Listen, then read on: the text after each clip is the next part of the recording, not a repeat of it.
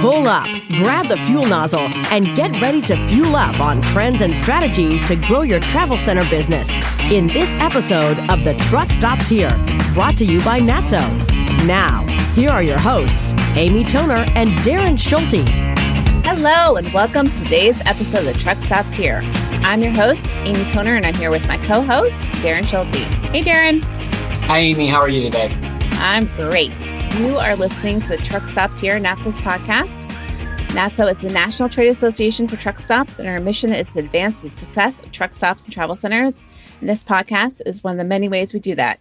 Today, we have the distinct pleasure of interviewing Guy Jackson of TA Express in White Hills, Arizona. Hi, Guy. Hi. How's everybody? Good. Happy Good. Thank you, Guy. Can you start off by telling us about your truck stop, what profit centers it has, and what it includes? Yes, absolutely. So we have a TA Express located in White Hills, Arizona. It's consistent of a building of 7,200 square feet, C-store, which includes 7 showers, truck lounge, laundry area for the truckers. We also have a QSR inside, a quick service restaurant inside. We also have a dog park for drivers to be able to get outside and walk their dogs. As you know, a lot of drivers drive with their companion, which is their dogs, their pets. We also have another C-store that's consistent of 2,800 square feet. That's for more of the mom and pop to kind of cause a separation between the two.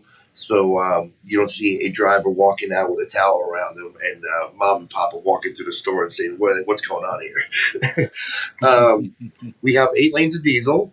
We have a CAT scale on site, massage chairs. We have 67 parking spots, truck parking spots, and over, I want to say, about 25 vehicle parking spots. It's just about 12 acres, and we were looking to add some more FSRs, full service restaurants. We will be adding a Black Bear and a College Junior to the lot as well. So, Guy, will those locations be part of the travel center truck stop, or you reference those are going to be on the parking lot itself? They'll be freestanding? So we currently have 12 acres that are consistent of the travel center, and we have an addition of 6 acres connected to the travel center. So right now, where the parking cuts off, we have that free land there, and we're going to build it as one basically big unit. So you'll have access from the travel center to get into the FSRs, and also do another exit leading back onto the highway from that location. And we're adding an additional 25 truck parking spots. That's fantastic. Yes. I have a quick question. So I'm sure there are multiple reasons why you chose to go with TA Express, but if you could, maybe highlight the 2 or 3 reasons that really made you decide to go with TA Express, what were those? And might share those with our listeners. Absolutely. After doing our homework and doing our research, statistics. First of all, TA has been amazing. Let's start with that. From the ground up, we started talking to TA as we were building the building. We met with William Land from TA, which is in charge of franchising. And as the building was being built, he came out, he flew out to see us. So we sat, we have a little picnic bench there, and we watched the workers actually build the facility. And he helped us out from input of how to lay things out to his expertise for doing this for so long. How many lanes of diesel. So we already, decided on going with 8 lanes. He said it's a perfect number. He gave us really a lot of input of, his experience in this industry. This is the first travel center that we owned. We own multiple gas stations in Las Vegas, Nevada. And his experience and expertise really helped us along the way. And second of all, biggest reason is, as you know, TA is one of the top leading brands in this industry. You have Pilot, you have TA, and then you have Loves. TA, again, is one of the top leading names in this industry.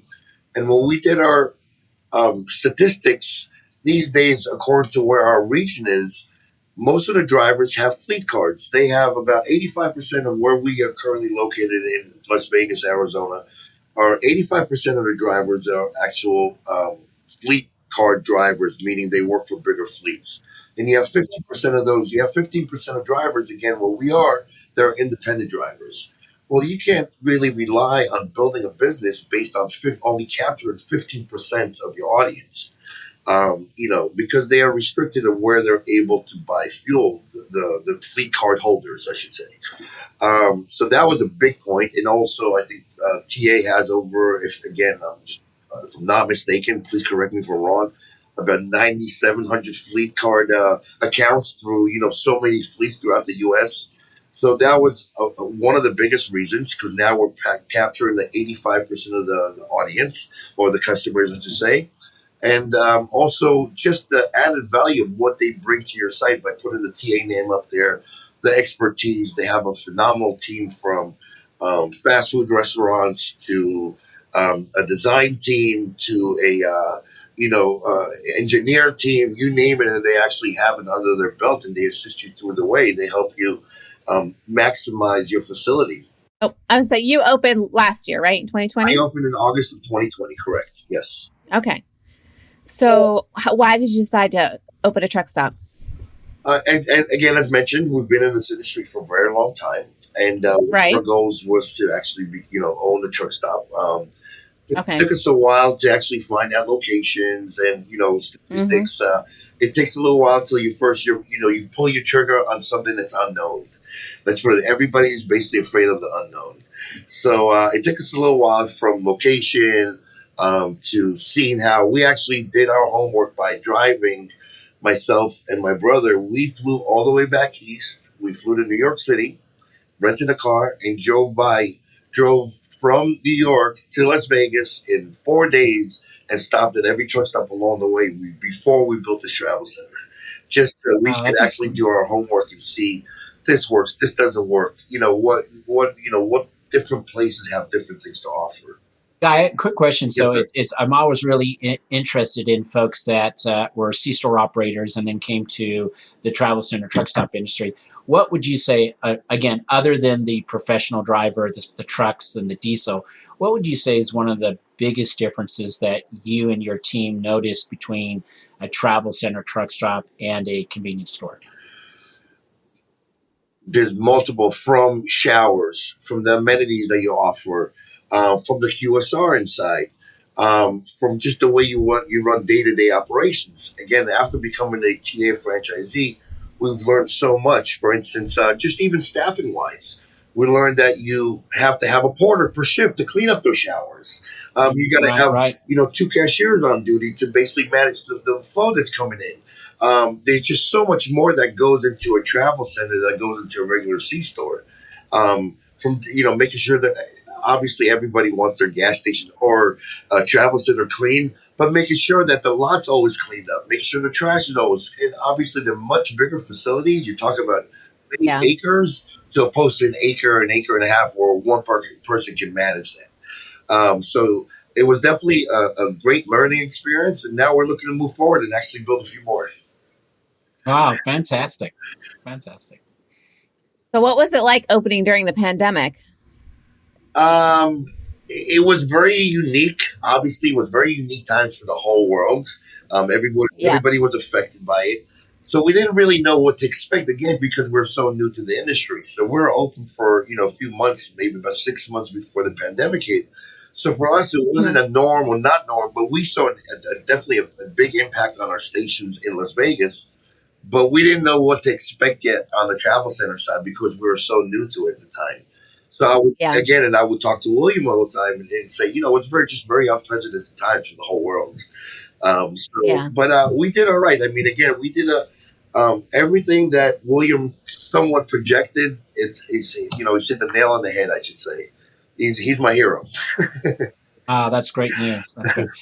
Related to the pandemic, what was do you think the one thing that you've done that because of the pandemic that you'll continue on doing in the future? Is there one particular item? Now it's more about it's a new president. I mean, obviously, before the whole mask issues. I mean, if masks don't last forever, which hopefully they don't, we get rid of them. But more of the sanitizing. So now cleansing. I think the cleanliness now is basically going to be implemented from always sanitizing things down. I think that's something that's really going to impact the future, and I think it's going to continue to happen until maybe years from now we forget about this. But I don't.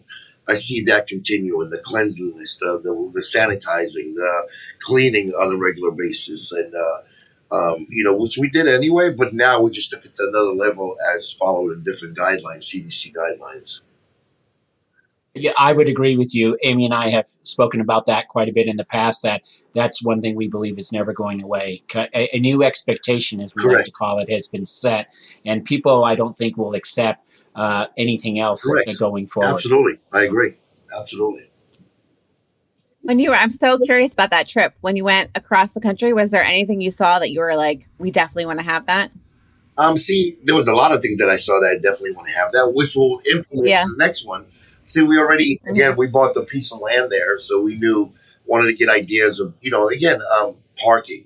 Parking is a huge, major thing. So when we originally started this travel center, the plan only called for 25 parking spots. And again, on the 12 acres. And after driving this and also speaking to William and also speaking to the rest of the TA team, parking is a major issue. One of the biggest issues that you see throughout the United States is that trucks are parked along the road. They have nowhere to park. So adding that many more parking spots basically into the infrastructure of the country, it adds a lot. It gets these drivers off the road. So again, after learning from William and we're learning from the TA crew, parking is a key. So we added an additional 3.5 acre lot of basically strictly parking. So we got another 47 parking spots to our facility. But yes, definitely did learn a lot along the way. Unfortunately, my land was too small to implement. But then my next one is much bigger. It's about 53 acres, so it's much bigger. And that one really will be implementing the things I saw around across the United States. So usually I end with what's next. It sounds like next is another truck stop. Yes, several. Several. All right. Several. Yes. Well, Guy, I would tell you this from the NATSA side. Thank you for being a NATSA member. We do appreciate that. Us. And you're more than welcome. And I do hope you'll get more engaged with us. We're very blessed to have you guys. And again, thank you for. I read your newsletters religiously. When you guys, God bless you. We appreciate newsletters religiously. I say that. I take my time every day with those emails when they come along, and I read them from industry trends to what's going on with the oil, with everything, which helps you also navigate. It lets you see kind of almost in a sense, if you read it properly, of what's coming or what's not coming. So it really is a great help, and I really want to thank you guys for all you do for us as well. Thank you. All right, before you go, we have a few fun questions. Yes, okay. Okay, this is our fast fill episode. What is your go-to on the road snack? Hamburger. Okay, you're stuck at a truck stop in a snowstorm. How do you pass the time? Go to the lounge. Okay. Do you prefer to ride or drive? Drive. Okay. And how do you take your truck stop coffee? Black. Okay. The last one is controversial. Is it a truck stop, travel center, or travel plaza? I would say depends on size. How's that one? It's a hard one. Travel center. Mine travel center, but you have sometimes travel plazas. Depends on sizes. All right. Well, thank you guys. Thank you so much. Thanks for listening. Thanks for listening to today's episode of the Truck Stops Here. You can find us online at www.natso.com/podcast. If you have any questions, send it over to us at editor@natso.com. All right. Well, thanks for listening, and bye, guys. Bye, guys. Thank you. See you. Have a great day. Drive safely. The Truck Stops Here was brought to you by NATSO, the association representing truck stops and travel centers. Visit natso.com for more information.